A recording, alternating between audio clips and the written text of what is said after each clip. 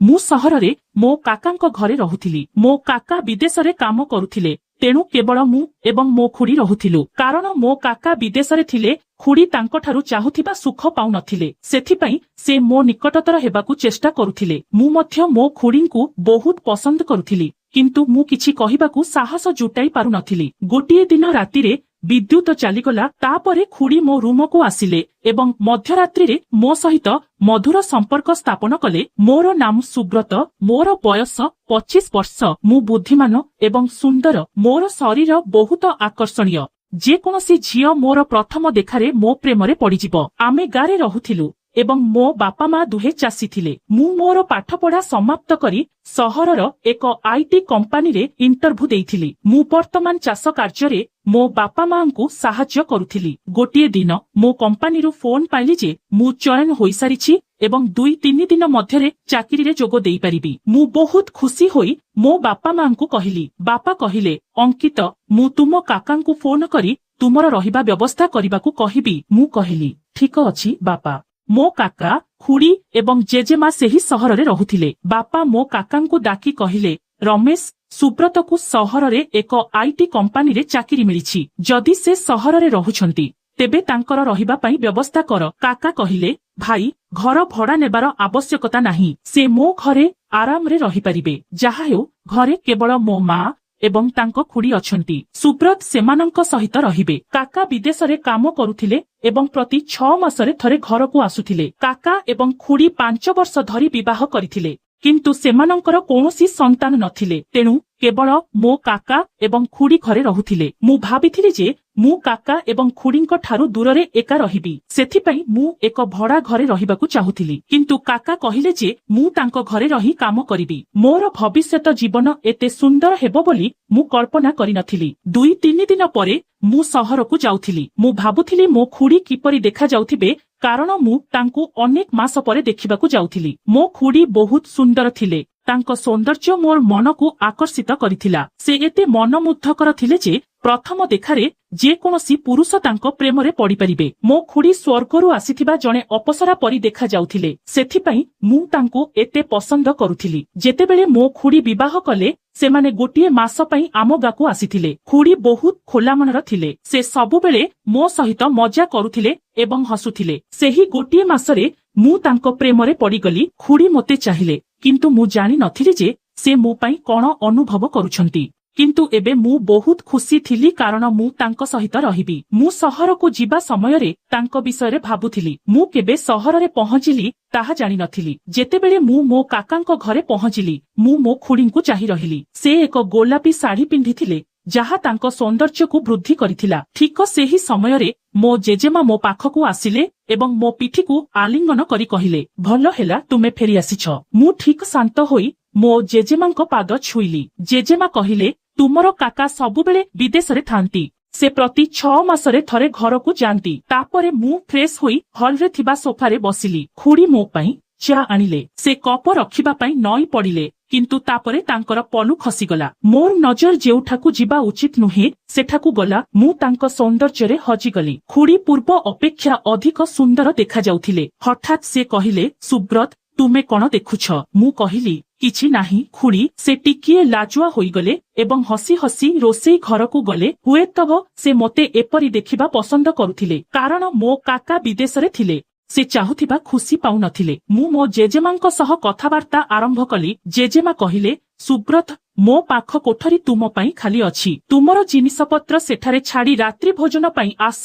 मु रूम भीतर को गली। तापरे मोर नजर मो खुड़ींको उपरे पड़िला। से मो उपरे हसुथिले। तांको हस देखि मु तांको प्रति आहुरी आकर्षित होइगली। मो भितरे तांको प्रति प्रेमर भावना जाग्रत हेबाकु लागिला। मु तांको विषयरे भाबी रूम को गली। मु मोर मनकु शांत रखी बाहर को आसिली। एबे मोते लागुथिला जेपरी मो खुड़ी मोते पागल करि देइछंती। आमे 3 जण एकाठी रात्रि भोजन खाइलु। रात्रि भोजन परे मु मो रूम को गली एवं किछि समय पई विश्राम नेली। मु संध्या 5 रे उठिली। सेतेबेले मो काका विदेश रु घर को आसिले, कारण तांकर 2 दिन छुट्टी थिला। काका मोते पचारिले, सुब्रत तुमे किपरि अछ? तुमे केबे आसिलो? मु कहिली, मु आजि सकाळे आसिली एवं मु संपूर्ण भलो अछि। एवं तुमे किपरि अछ? काका कहिले, ମୁଁ ମଧ୍ୟ ଭଲ ଅଛି। ଆମେ କିଛି ସମୟ କଥାବାର୍ତ୍ତା କରିଥିଲୁ। ସେତେବେଳକୁ ଖୁଡୀ ଖାଦ୍ୟ ପ୍ରସ୍ତୁତ କରିସାରିଥିଲେ। ଆମେ ସମସ୍ତେ ଏକାଠି ରାତ୍ରି ଭୋଜନ କଲୁ।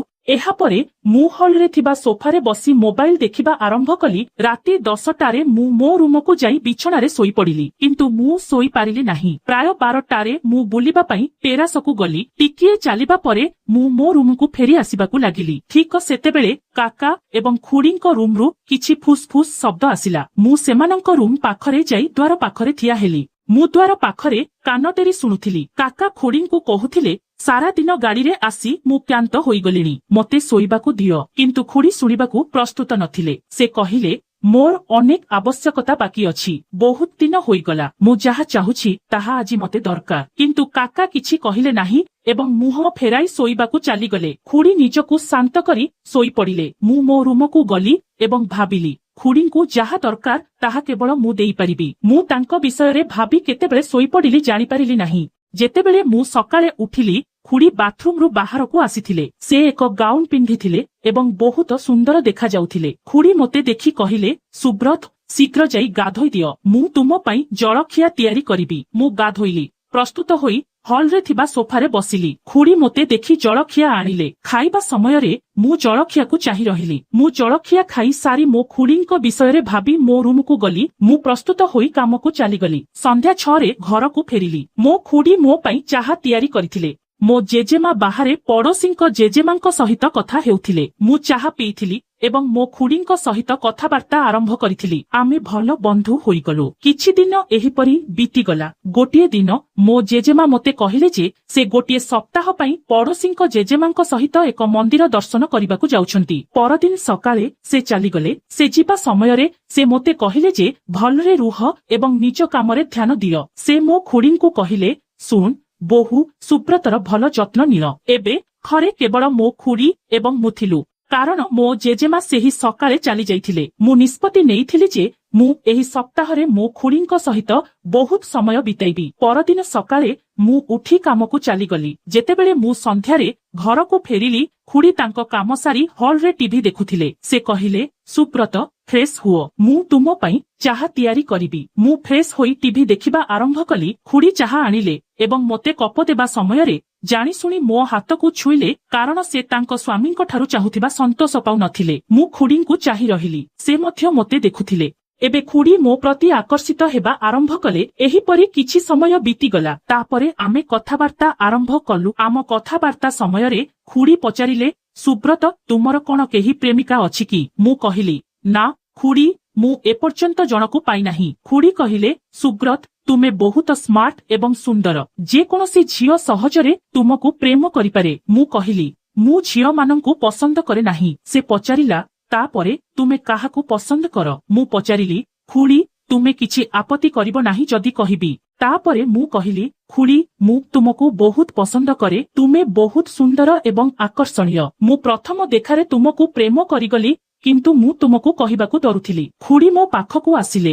ମୋ ହାତ ଧରି ପଚାରିଲେ, ତୁମେ କଣ ପ୍ରକୃତରେ ମୋତେ ପସନ୍ଦ କର? ମୁଁ କହିଲି, ହଁ ଖୁଡୀ, ମୁଁ ତୁମକୁ ପ୍ରକୃତରେ ପସନ୍ଦ କରେ। ମୁଁ ଏଠାକୁ ଆସିବା ରାତିରେ ତୁମକୁ ଦେଖିଥିଲି। ତୁମେ କାକାଙ୍କ ପ୍ରେମ ପାଇଁ ଆକୁଳ ଥିଲ, କିନ୍ତୁ କାକା ତୁମକୁ ସମୟ ଦେଉନଥିଲେ। ସେହି ରାତିରୁ ମୁଁ ତୁମ ପାଇଁ ପାଗଳ ହୋଇଗଲି। ଖୁଡୀ କହିଲେ, ସୁବ୍ରତ, ତୁମ କାକା ମୋତେ ଭଲ ପାଆନ୍ତି ନାହିଁ।